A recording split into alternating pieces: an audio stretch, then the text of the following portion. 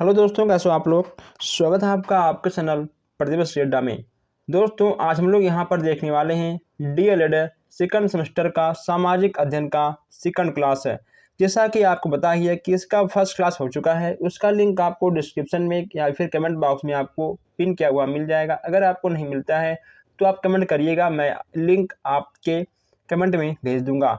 आज हम लोग यहाँ पर सभी अतिद्वितीय प्रश्न को खत्म करने वाले हैं।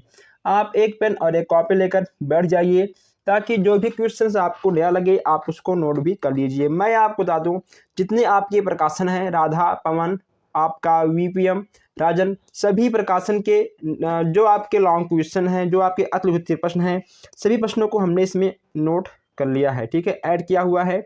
और जो हमारे भाई बहन नए हैं वो लोग चैनल को सब्सक्राइब कर दें, और जो सब्सक्राइब किए हैं वो प्लीज़ इस क्लास को अपने दोस्तों तक सेंड करें, शेयर करें, ताकि वो लोग भी आए, जुड़ें और कहीं ना कहीं किसी का भी बैक ना आए। चलिए हम लोग देखते हैं आज का पहला प्रश्न। यहाँ पे आपसे पूछा गया है कि स्थल मंडल के अंतर्गत क्या आता है। इसके अंतर्गत पृथ्वी की सतह एवं जल का वह भाग आता है जहाँ जैव जगत को जीवन विकास के लिए भोजन श्रृंखला, खनिज एवं ऊर्जा का प्रभाव गतिशील रहकर क्रियाशील रहते हैं। नेक्स्ट आपका है, जल मंडल से क्या आशय है। पृथ्वी की सतह पर भूमिगत स्वच्छ व हल्का जल नदी, झील व तालाब में एवं भूमिगत जल पाया जाता है। इस जल पर ही स्थल मंडल का जीवन निर्भर होता है। एकदम बिल्कुल सही बात है। वायुमंडल जीवों के लिए क्या आवश्यक है। वायुमंडल जीवों की बात की जा रही है तो कहीं ना कहीं दोस्तों ऑक्सीजन, कार्बन डाइऑक्साइड और नाइट्रोजन, इन सभी की आवश्यकता होती है। ठीक है, हर जितने भी हमारे वायुमंडल हैं, जितने भी हमारे गैस हैं, हर गैस की आवश्यकता हमें पड़ती है, तभी हम यहाँ पर जीवित हैं। प्रकाश संश्लेषण विधि से आप क्या समझते हैं या फिर आपका क्या आशय है। प्रकाश संश्लेषण विधि से नाइट्रोजन व कार्बन चक्र मिलकर भोजन श्रृंखला के विकास एवं ऊर्जा प्रभाव में सहायता करते हैं। इस प्रकार वायुमंडल के साथ जैव जगत का निर्माण हो जाता है। नेक्स्ट यहाँ पे आपका है कि अपक्षय क्या है। अपक्षय पूछा गया है, सेलों का अपने स्थान से खिसकना, टूटना या फूटना, वह आपका अपक्षय के अंतर्गत आएगा। अपक्षय कितने प्रकार के होते हैं। अपक्षय आपके 3 प्रकार के होते हैं, भौतिक अपक्षय, रासायनिक अपक्षय और जैविक अपक्षय। ये आपके 3 प्रकार के अपक्षय आ जाते हैं। जैसे यहाँ पे आपका है कि भूस्खलन से क्या तात्पर्य है। देखिए दोस्तों, इसमें आपसे कहा गया है कि भूमि पृष्ठ पर सेलों के अपक्षय से प्राप्त पदार्थ गुरुत्वाकर्षण शक्ति के कारण ढाल की दिशा में खिसकना आरंभ कर देते हैं। तीव्र एवं खड़े ढालों पर अपक्षयित पदार्थों के आकर्षक रूप से खिसकने की क्रिया को भूस्खलन कहलाती है। भूस्खलन भी इसको कहते हैं। डेल्टा से आप क्या समझते हैं। नदी के मुहाने के निकट मिट्टी के बारीक कणों के जमा होने से जो एक त्रिभुजाकार स्थल का निर्माण होता है उसे डेल्टा कहते हैं। जैसे आपका सुंदरवन का डेल्टा। जैसे यहाँ पे आपका है कि भूमिगत जल से क्या तात्पर्य है। वर्षा का वह जल जो भूमि द्वारा अवशोषित कर लिया जाता है वह आपका भूमिगत जल कहलाता है। हिमानी कितनी प्रकार की होती है। हिमानी 3 प्रकार की होती है, महाद्वीपीय हिमानी, पर्वतीय हिमानी और घाटी हिमानी। जैसे यहाँ पे आपका है, समुद्री लहरों द्वारा निर्मित किन्हीं 2 स्थलाकृतियों के नाम लिखिए। समुद्री लहरों द्वारा निर्मित 2 स्थलाकृतियों के नाम। यहाँ पे आपको 2 नाम दिख रहे हैं, आपको इस 2 नाम को नोट कर लेना है और वीडियो को शेयर भी कर देना है। जैसे यहाँ पे आपका है, आंतरिक शक्ति से आप क्या समझते हैं। आंतरिक शक्तियों का जन्म भूगर्भ में अचानक होता है, जिसके कारण पृथ्वी पर ज्वालामुखी विस्फोट होता है। यह तथा आपका भूकंप भी आ सकते हैं। अभिनति और अपनति क्या है। मुड़ी या वलित सेलों के ऊपर उठे हुए भाग अपनति तथा नीचे धंसे भाग अपनति कहलाते हैं। जैसे कि ज्वालामुखी उद्भेदन के दो कारण हैं। कितने कारण हैं? दो कारण हैं। भूगर्भ में गैसों की उत्पत्ति या फिर भू प्लेटों का खिसकना। इन्हीं दो के कारण ज्वालामुखी आपकी आ जाते हैं। ज्वालामुखी की कितनी दो मेखलाओं के नाम बताइए दोस्तों। ज्वालामुखी की किन्हीं दो मेखलाओं के आपको नाम बताना है। परिप्रशांत महासागरीय मेखला तथा अंध महासागरीय मेखला। जस्ट यहाँ पे आपका है भूकंप से क्या तात्पर्य है? जब आंतरिक शक्तियों के कारण पृथ्वी की सतह अचानक कंपति होती है तो उसे भूकंप कहते हैं। तो कंपन, ठीक है, यहाँ और ये कंपन होती है, लेकिन कहीं ना कहीं कुछ जो आपके शब्द हैं गड़बड़ है, कोई बात नहीं, आप लोग खुद समझदार हो, आप लोग समझ जाओगे। भूकंप मापी यंत्र का नाम बताइए। सिस्मोग्राफ। ओके दोस्तों, सिस्मोग्राफ से ही आप भूकंप के जो भूकंप की झटके हैं आप उसको नाप सकते हो। भूपटल पर परिवर्तन करने वाली प्रक्रियाओं के कितने वर्गों में रखा जा सकता है? भूतल पर परिवर्तन करने वाली प्रक्रियाओं को दो वर्गों में रखा जा सकता है, बाह्य प्रक्रिया और आंतरिक प्रक्रिया। ठीक है, बाह्य प्रक्रिया एवं आंतरिक प्रक्रिया ये आपके दोनों हो जाएंगे।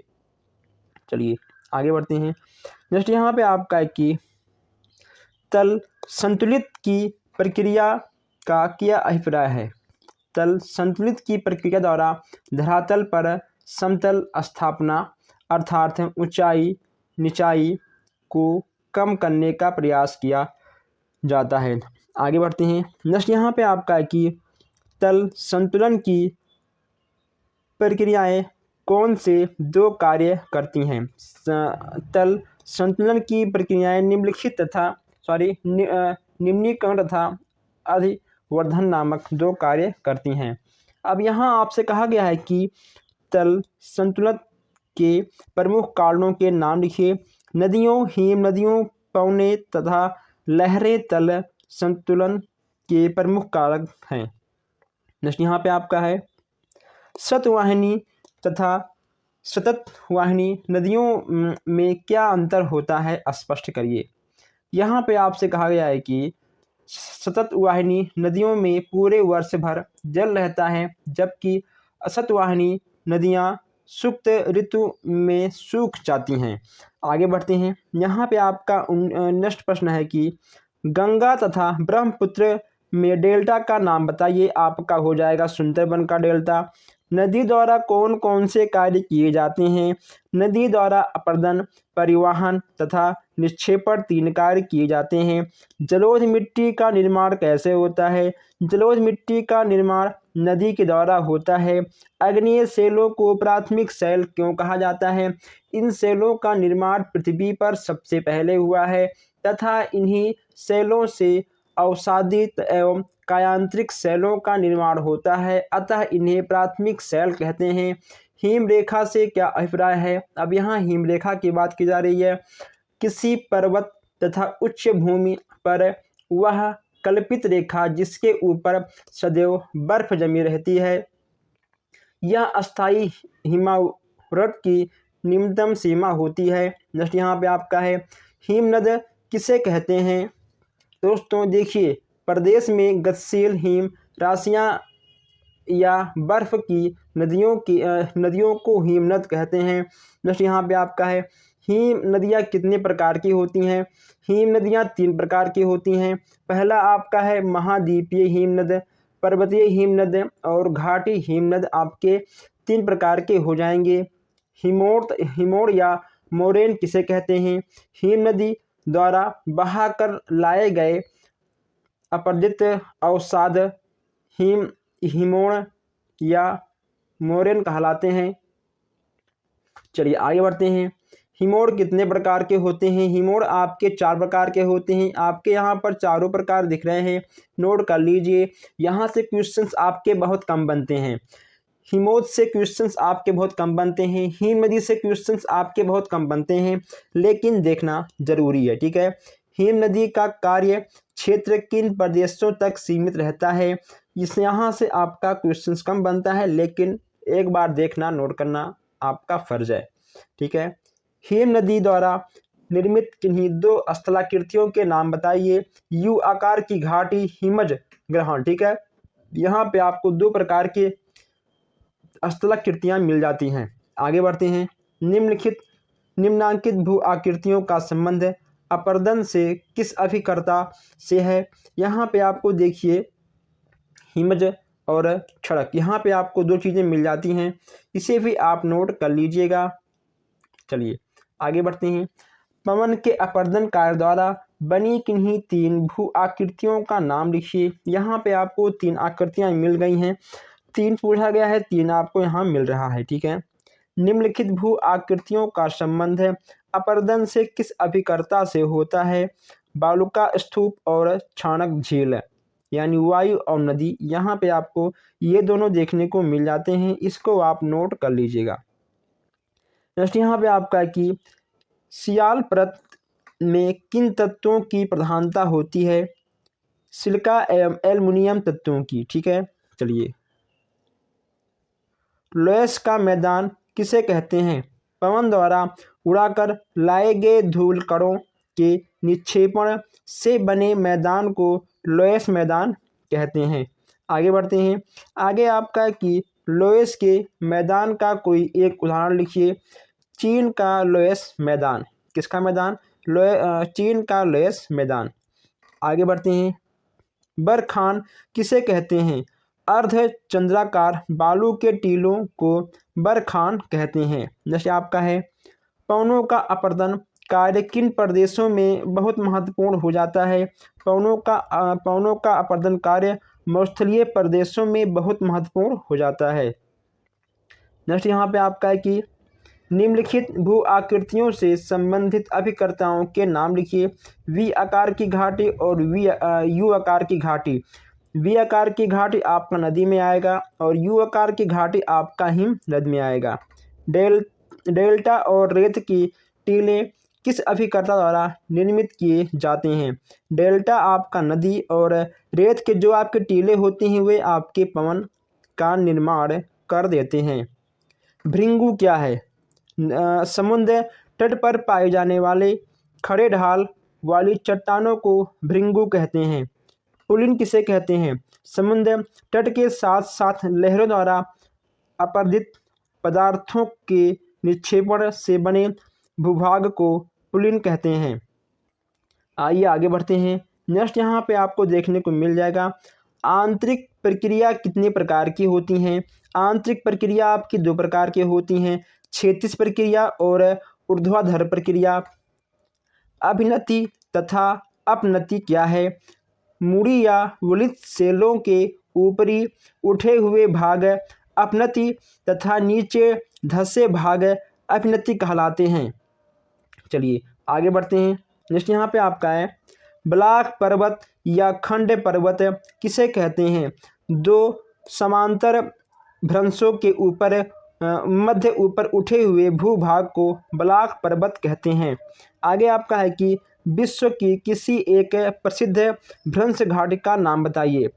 पूर्वी अफ्रीका की विशंस घाटी विश्व की विख्यात भ्रंश घाटी है।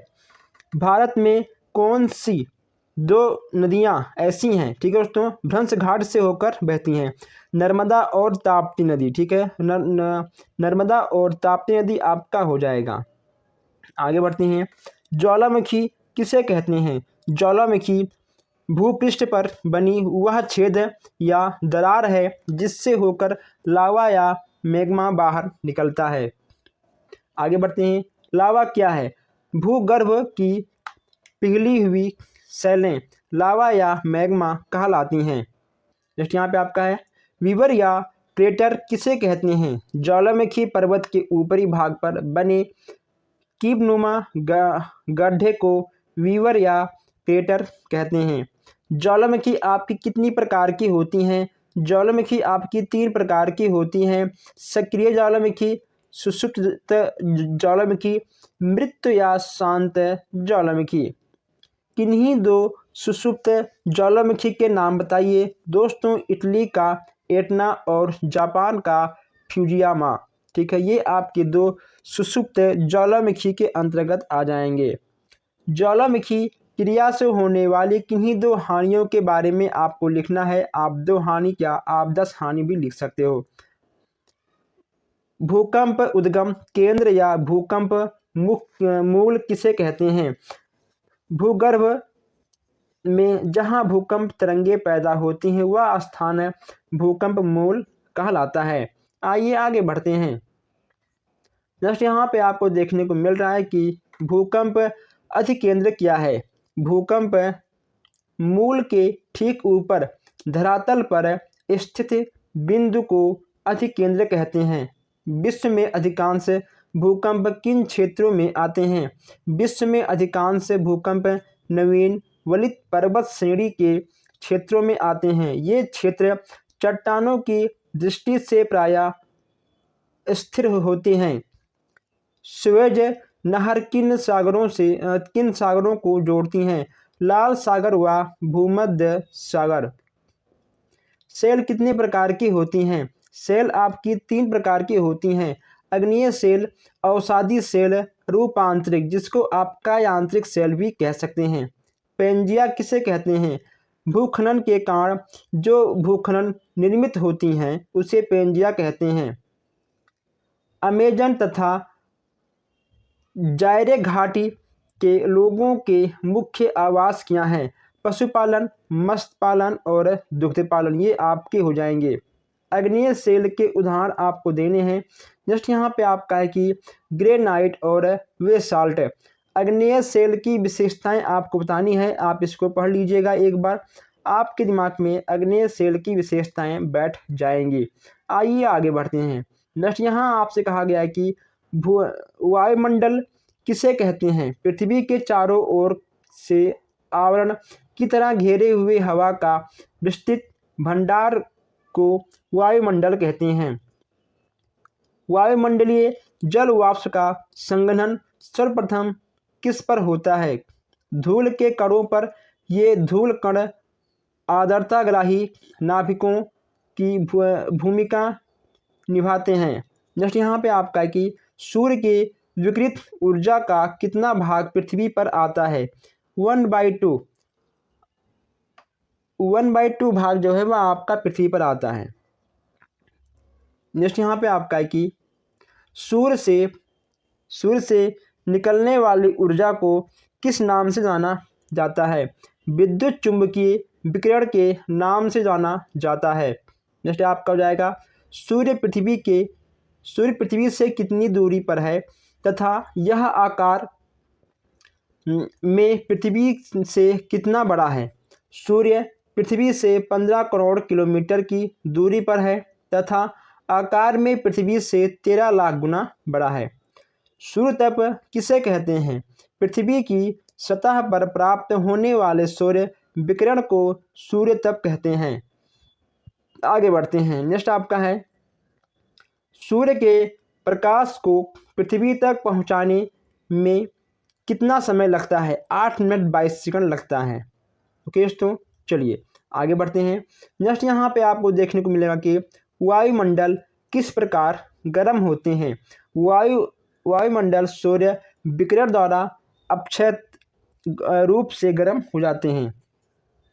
अप्रत्यक्ष रूप से वायुमंडल सूर्य विकिरण द्वारा अप्रत्यक्ष रूप से गर्म हो जाते हैं। जैसे यहाँ पे आपका है सूर्य तप का कितना भाग परावर्तित होकर अंतरिक्ष में लुप्त हो जाता है? सूर्य तप का 35% भाग परावर्तित होकर आंतरिक में लुप्त हो जाता है। पृथ्वी पर कितने अक्षांशीय ताप कटिबंध पाए जाते हैं? इसमें आपका होगा 3 अक्षांशीय ताप कटिबंध पाए जाते हैं। उसमें कटिबंध है, शीतोष्ण और शीत। ठीक है, ये आपके तीनों हो जाएंगे। आइए आगे बढ़ते हैं। नेक्स्ट यहाँ पे आपका है कि वायुमंडल के संगठन में विद्यमान प्रमुख गैसों के नाम बताइए। नाइट्रोजन में आपका हो जाएगा carbon dioxide, oxygen, neon, krypton, xenon, helium, hydrogen. ठीक है, ये आपके कहीं ना कहीं वायुमंडल के घटक के रूप में आ जाएंगे, प्रमुख गैस के रूप में आ जाएंगे। दैनिक तापांतरण से क्या अभिप्राय है? दैनिक तापांतरण का अभिप्राय किसी दिन के न्यूनतम या अधिकतम ताप के अंतर से होता है। वार्षिक तापांतर से क्या अभिप्राय है? यहाँ पे आपको दिख रहा है कि एक वर्ष से अधिकतम तापमान यानी ग्रीष्म ऋतु, ठीक है, और न्यूनतम तापमान यानी शीत ऋतु के अंतर को वार्षिक तापांतर तथा वार्षिक ताप परिसर कहते हैं। विषुवतीय प्रदेशों में वार्षिक तापांतरण सबसे कम क्यों रहता है? अब यहाँ देखिए, इस प्रदेश में ग्रीष्म ऋतु तथा शीत ऋतु में प्राप्त होने वाले ऊर्जा सूर्य ताप में बहुत कम विभिन्नता रहती है, इसलिए बहुत कम पाई जाती है। यहाँ पे आपका है कि किन तिथियों पर सूर्य की किरणें मध्यांतर के समय विषुवत रेखा पर लंबवत चमकती हैं? 21 मार्च एवं 23 सितंबर। सबसे अधिक तापमान किस समय होता है? सबसे अधिक तापमान दोपहर में 3 बजे होता है, बहुत सही है। न्यूनतम तापमान कब होता है? सुबह, तो प्रातःकाल 4 बजे हो जाता है, ठीक है। वायुमंडल क्या है? धरातल पर या सागर तल पर वायुमंडल की समस्त परतों पर पड़ने वाले भार को ही वायुमंडल कहा जाता है। वायुमंडल की विशेष खोज कब से हुई है? द्वितीय विश्व युद्ध के पश्चात हुई थी। चलिए दोस्तों आगे बढ़ते हैं। यहाँ पे आपको दिख जाएगा कि ब्रह्मांड किरणें वायुमंडल के कौन से भाग में अवशोषित की जाती हैं? इसमें आपका हो जाएगा आयन मंडल की गैसों में। ओजोन परत का किस लिए विशेष महत्व है? घातक पराबैंगनी किरणों को रोकथाम के लिए ही ओजोन परत को जाना जाता है। कहीं न कहीं इसका बहुत ही विशेष योगदान है। वायुमंडल की महत्वपूर्ण 4 गैसों के नाम बताइए। ऑक्सीजन, नाइट्रोजन, कार्बन डाइऑक्साइड और हाइड्रोजन। गैसों के अतिरिक्त वायुमंडल की निचली परतों में और कौन से महत्वपूर्ण तत्व पाए जाते हैं? इसमें आपका हो जाएगा जल, वाष्प व धूल के कण। चलिए नेक्स्ट यहाँ पे आपका है कि धूल के कणों का क्या महत्व है? यह प्रकाश को विकिरित करते हैं, इनसे आकाश नीला दिखाई देता है। नेक्स्ट यहाँ पे आपका है आकाश नीला क्यों दिखाई देता है? धूल कणों द्वारा प्रकाश किरणों को बिखेरना, ठीक है, इसलिए कहीं ना कहीं नीला दिखाई देता है। वायुमंडल की परतों यानी मंडलों का नाम बताइए। यहाँ देखिए आपको दिख रहा है कि परिवर्तन या विक्षोभ मंडल, अचल स्तर, समताप, ओजोन, ठीक है, आयन और बहिर्मंडल। जैसे यहाँ पे आपका है कि किसी परत या मंडल में तापमान स्थिर या समान रहते हैं। इसमें आपसे कहा गया है कि समताप मंडल। जैसे यहाँ पे आपसे कहा गया है भारत किस गोलार्ध में स्थित है? भारत उत्तर और पूर्वी गोलार्ध में स्थित है। जलवायु का अर्थ स्पष्ट करिए। जलवायु के अर्थ के बारे में आप अपने मन से भी लिख सकते हैं। ये क्वेश्चन आपसे लॉन्ग में भी आ सकते हैं, शॉर्ट में भी आ सकते हैं। आइए दोस्तों आगे बढ़ते हैं हम लोग। नेक्स्ट यहाँ पे आपका है पवन किसे कहते हैं? वायु की क्षैतिज गति पवन कहलाती है। पवन क्यों चलती है?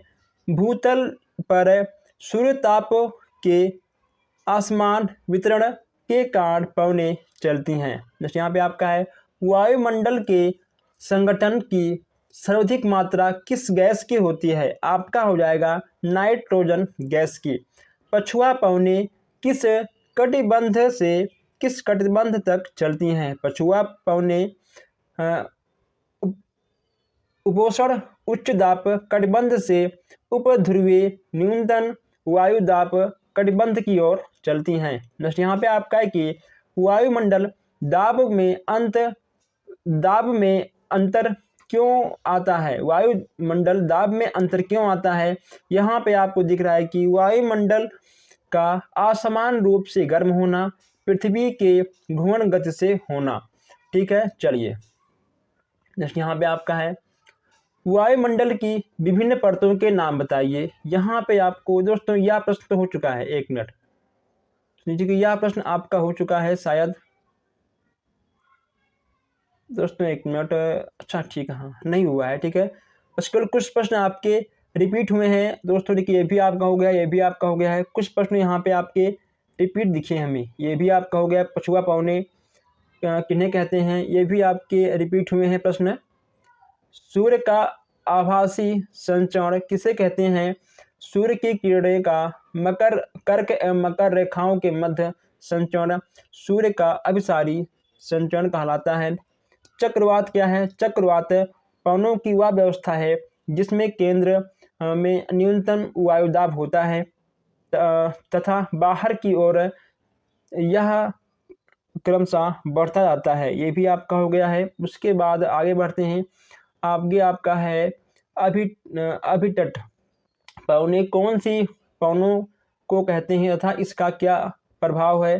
अभितट पवनें समुद्र की सतह की ओर चलती हैं तथा तट पर वर्षा रहती है। ठीक है दोस्तों, यहाँ देखिए 4 बजे की वर्षा, 4 बजे की वर्षा किसे कहते हैं? 4 बजे की वर्षा किसे कहते हैं? पूर्वी द्वीप समूहों में होने वाली संघीय वर्षा को 4 बजे की वर्षा कहते हैं। अजीब प्रश्न, ठीक है। देखिए ये आपका बिल्कुल नया प्रश्न है, ठीक है दोस्तों। जो प्रश्न कहीं ना कहीं नया है आप उसको नोट कर लीजिए। चक्रवाती वर्षा किन क्षेत्रों में अधिक होती है? यहाँ पे देखिए उच्च अक्षांशों के द्वीपों के यानी पश्चिमी तटीय भागों पर चक्रवाती वर्षा सबसे अधिक होती है। पर्वतीय वर्षा किसे कहते हैं? नमीदार पवनों के पर्वतों से टकराकर ऊपर उठने के फलस्वरूप होने वाली वर्षा पवनें पर्वतीय वर्षा कहलाती हैं। आगे बढ़ते हैं। जैसे यहाँ आपसे कहा गया है कि भारत में कौन सी पवनें वर्षा होती हैं? मानसूनी होती हैं।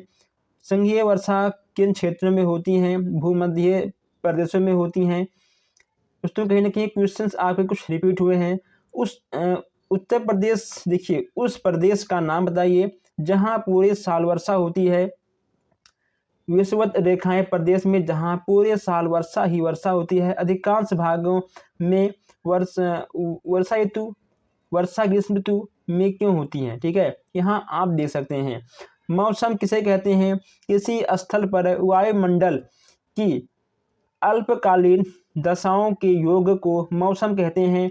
इसके बाद यहाँ पे आपसे पूछा गया है कि मौसम तथा जलवायु में कौन कौन से प्रमुख तत्व हैं? तापमान, वायुदाब, पवन, आर्द्रता, वर्षा, धूप और बदली मौसम तथा जलवायु के प्रमुख तत्व हैं। जैसे यहाँ पे आपका है वायुमंडल में जल किस प्रकार पहुँचता है? भूपृष्ठ का जल द्रव अवस्था से गैसीय अवस्था में परिवर्तित होकर वायुमंडल में पहुंचता है। वाष्पीकरण से आप क्या समझते हैं? अत्यधिक ताप के कारण जल का वाष्प में बदल जाना ही वाष्पीकरण आपका कहलाता है।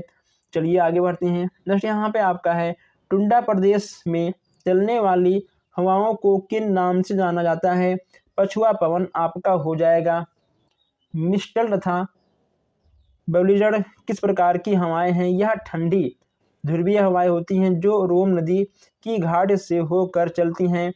बलुआ स्तूप कहाँ पाए जाते हैं?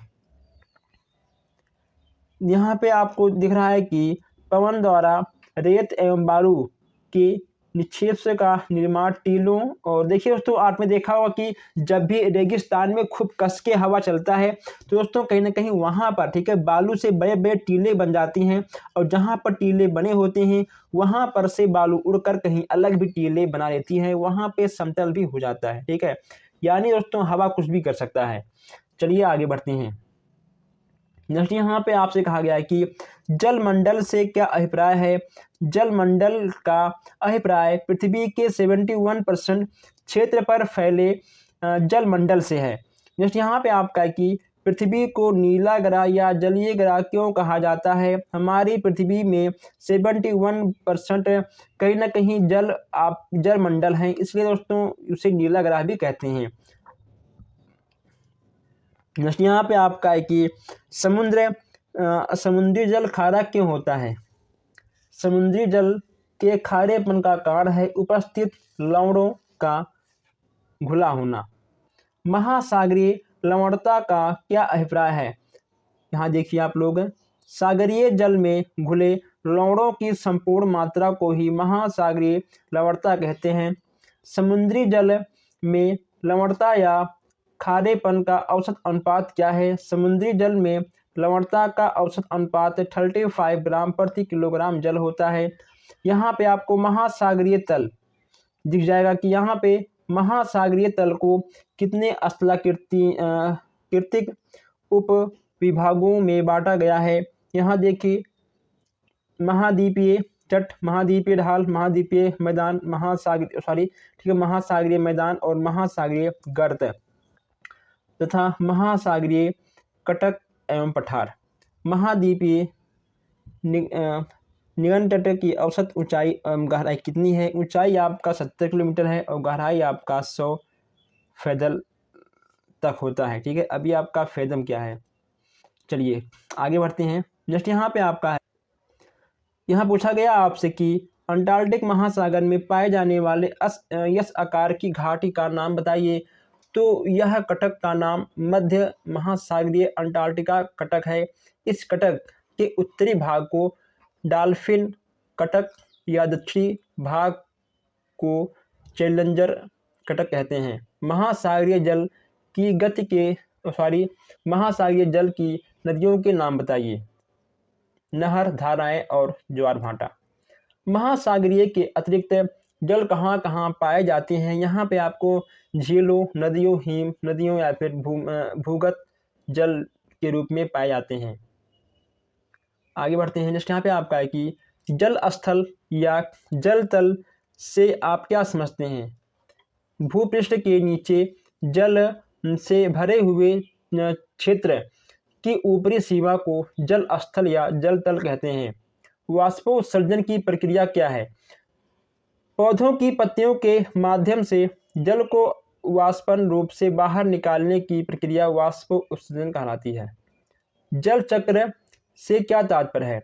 जल द्वारा महासागरों से वायुमंडल तथा वायुमंडल से स्थलमंडल होते हुए पुनः महासागरों में लौट आने की प्रक्रिया जल चक्र कहलाती है।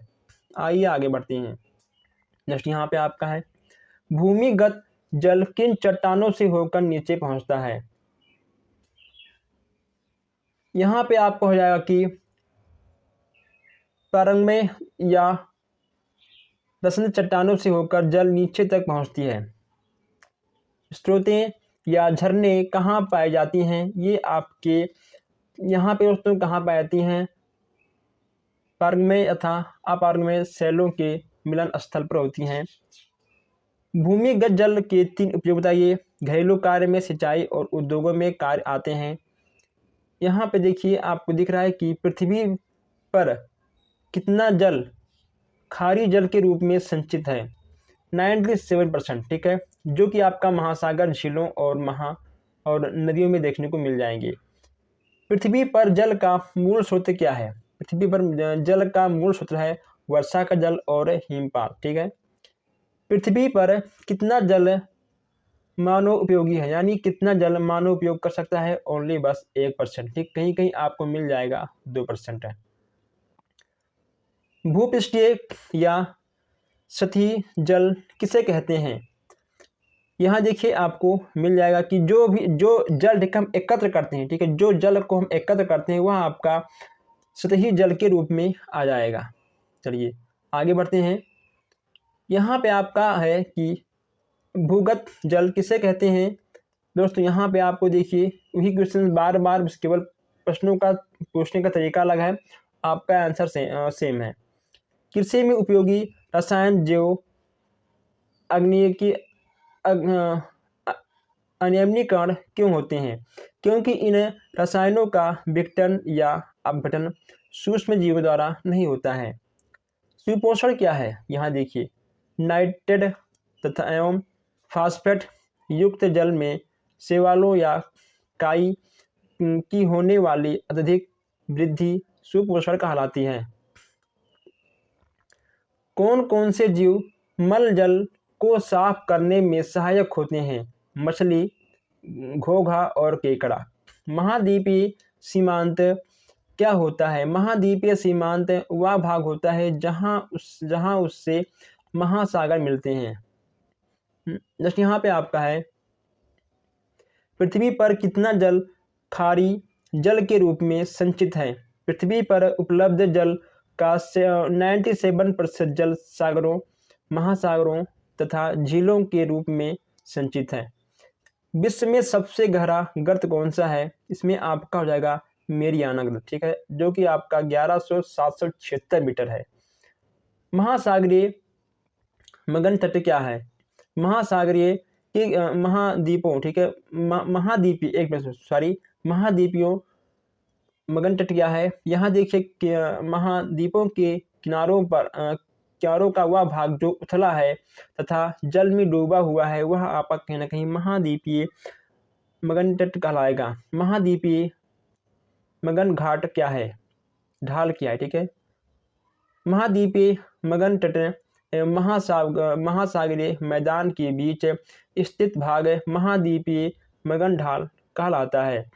महासागरीय तट के ढाल को उप विभागों में बांटिए। यह आपके चार भागों में बांटे गए हैं। महाद्वीपीय निम्न तट या चबूतरा की गहराई क्या है? 200 मीटर तक है। सबसे चौड़े महाद्वीपीय मगन तट कहाँ पाए जाते हैं? बेरेंट सागर में। अगाध महासागरीय मैदान की गहराई बताइए। 3600 से लेकर 5400 मीटर तक है। आइए दोस्तों आगे बढ़ते हैं। जस्ट यहाँ पे आपका है कि विश्व का सबसे गहरा गर्त स्थित है कहाँ पे है? मेरियाना में है। अभी आपने देखा है, ठीक है, इस पर भी बात हो चुकी है।